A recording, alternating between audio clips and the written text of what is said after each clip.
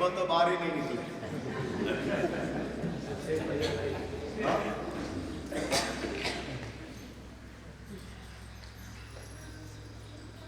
मेरी इच्छा ऐसी है, एक आध बार ऐसा चौमासा करना कि सब सगवड़ों के साथ आपको रखना, फिर आपका एनालिसिस करना।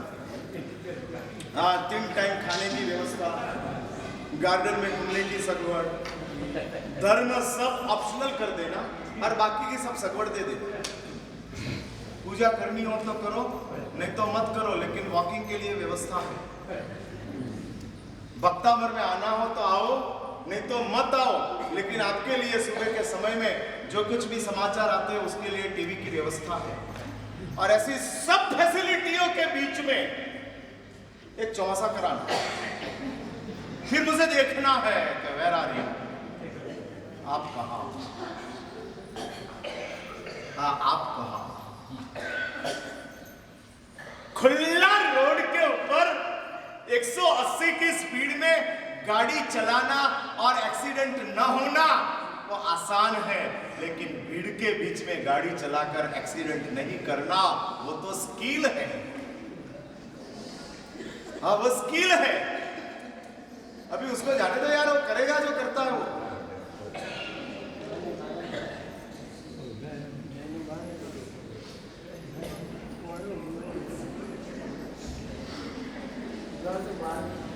हाँ?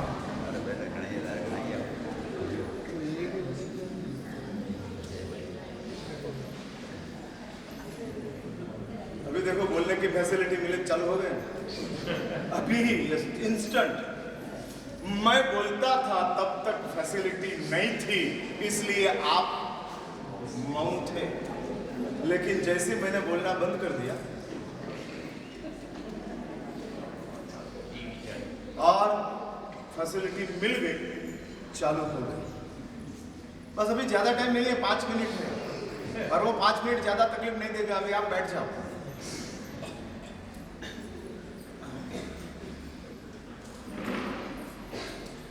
मेरा ये कहना है कि हमने तो जो पाप छोड़ दिया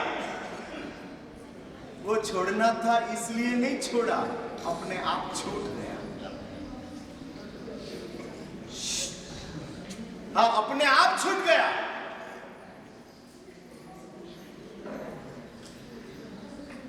स्वाभाविक रूप से छूट गया, छोड़ा नहीं, छूट गया।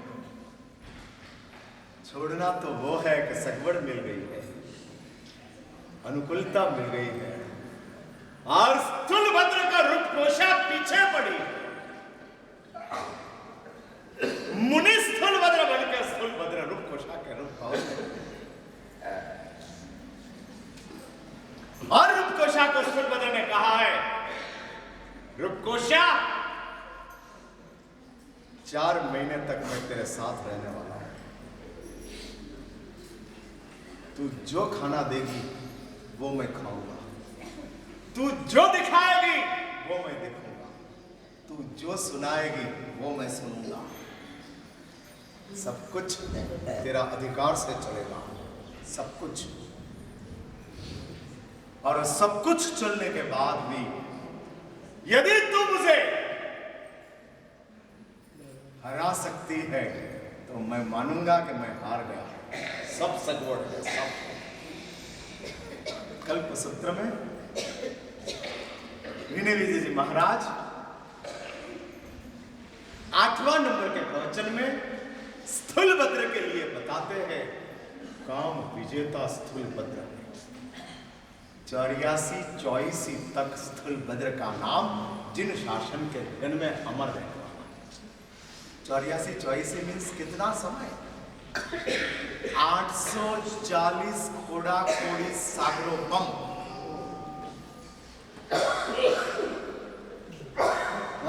840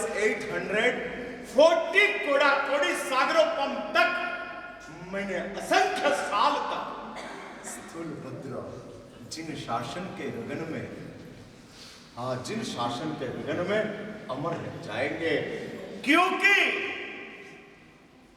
भाई वासना का त्याग तो नैम कुमार ने भी किया, और नैम कुमार ने वासनाओं छोड़ी है, लेकिन उसने पाप की व्यवस्था को छोड़कर पाप को छोड़ा है। और स्थूलभद्र ने पापों के व्यवस्थाओं के बीच में रहकर पाप का त्याग किया, पाप का त्याग किया। और इसलिए कहते वेश्या रागवती सदा तदनुगा सड़भी रसोई भोजन। और रूप कोशा स्थूलभद्र को गिराने के लिए, अपना बनाने के लिए सतत प्रयत्न करती है। कितना समय? 120 दिन लगातार रूप कोशा का यह प्रयत्न चल रहा है। और इस प्रयत्न के बीच में स्थूलभद्र अपने आप को संपूर्ण मुक्त रख रहा है। क्या ताकत हो! जबरदस्त प्रसंग है स्थूलभद्र का। वो पर्युषणा पर्व में मैं विस्तार से लूंगा। और पर्युषणा पर्व का 8वां नंबर का प्रवचन, जिसमें इस प्रसंग को मैं बताऊंगा।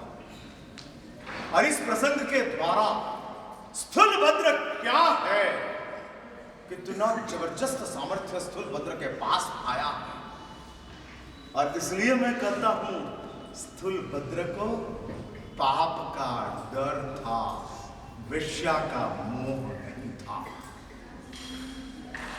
अपनी आत्मा में धन का मोह है, पाप का डर नहीं है। और एक बात कान खोल के सुन लीजिए, बिना डर का पाप का त्याग अपना टेम्पररी बन जाएगा, कायमी नहीं बनेगा। डर नहीं है और पाप छूट गया है। एक ऐसी कंडीशन है कि जिसमें डर नहीं है और पाप छूट गया है। और दूसरी एक कंडीशन है कि पाप का डर है और पाप चल रहा है। पाप का डर है, 3.5 करोड़ घंटे असंख्य आत्मा प्रदेशों में पाप का डर है। भयभीत में क्या होगा, कैसा होगा। हमारे दादा गुरुदेव प्रेम सुरेश्वर जी महाराज, मेरे गुरुदेव के गुरु, मेरे गुरुदेव पन्यास चंद्रशेखर विजय जी महाराज और उनके गुरु प्रेम सुरेश्वर जी महाराज पिंडवाड़ा के थे। और प्रेम सुरेश्वर जी महाराज 84 साल की उम्र में इस संसार में से विदा हुए। उनको रोमेटिक आर्थराइटिस की बीमारी, इसलिए वाह होता था और घूमता रहता था। जिस शरीर के ऑर्गन में वो वाह चला जाता था, उधर सख्त पीड़ा होती थी, सख्त। कोई इलाज और नहीं था। महाराज जी को इस पीड़ा में से राहत देने का काम एक ही इलाज करता था, और क्या? गर्म पानी बैग में भर देने का। रबर की बैग आती है जिससे शेक होता है, और वो गर्म पानी की बैग, उसका शेक, उसका वाद चला जाता था, वेदना शांत होती थी। 300 शिष्यों के गुरु थे प्रेम सुरेश्वर जी महाराज। लास्ट सदी का जैन संघ में जबरदस्त जिन शासन का प्रहरी जैन आचार्य थे, जबरदस्त जैन आचार्य। उसके जीवन के बारे में कुछ बातें मैं बीच में बताते जाऊंगा। इन महापुरुषों की कृपा से, इन महापुरुषों का तपोबल से आज जैन संघ लालिमा में गए, उन्नत। इतनी जबरदस्त उनके पास तप था, संयम था, चारित्र जीवन था, ब्रह्मचर्य था। उनके 300 शिष्यों में से शिष्यों को पता लग गया कि गुरुदेव को इस पीड़ा में शांति देने का काम गर्म पानी का शेक करना है। बार बार हो जाता था। और आचार्य महाराज इस पीड़ा को शांत करने के लिए कहते थे, गर्म पानी लेके आओ, और महाराज जी कहते थे एक काम करो, खंबात है, खंबात के बाहर रेलवे स्टेशन है, और रेलवे के ऊपर उस समय पानी से चलने वाली ट्रेन चलती थी, हाँ भाप से चलने वाली, और इसमें आग लगाते थे, भाप कोलसा से आग लगाते थे और आग से इंजन गर्म होता था और इंजन चलता था। आग लगाने का बाद पानी गर्म होता था और पानी की भाप से चलता था। महाराज जी साधुओं को रेलवे स्टेशन के ऊपर भेजते थे, कहते थे जाओ, और उधर रेलवे का पानी निकलेगा, गरम गरम पानी होगा, अपने लिए निर्दोष है, कोई पानी को जलाने की बात नहीं है, और गर्म पानी के बैग भर के लाओ और उससे मैं अपने आप को साता और समाधि दूंगा। लेकिन उसमें क्या होगा, शिष्यों ने थोड़ा मैनिपुलेशन किया, कभी स्टेशन नहीं रहता था, उधर भी गर्म पानी आ जाता था, इसलिए महाराज जी ने पूछा ये गर्म पानी आया कहां से?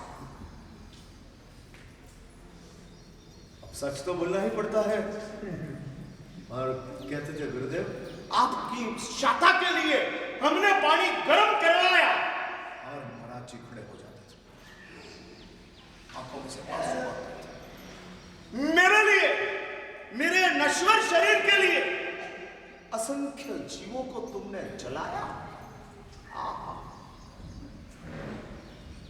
आंखों में से आंसू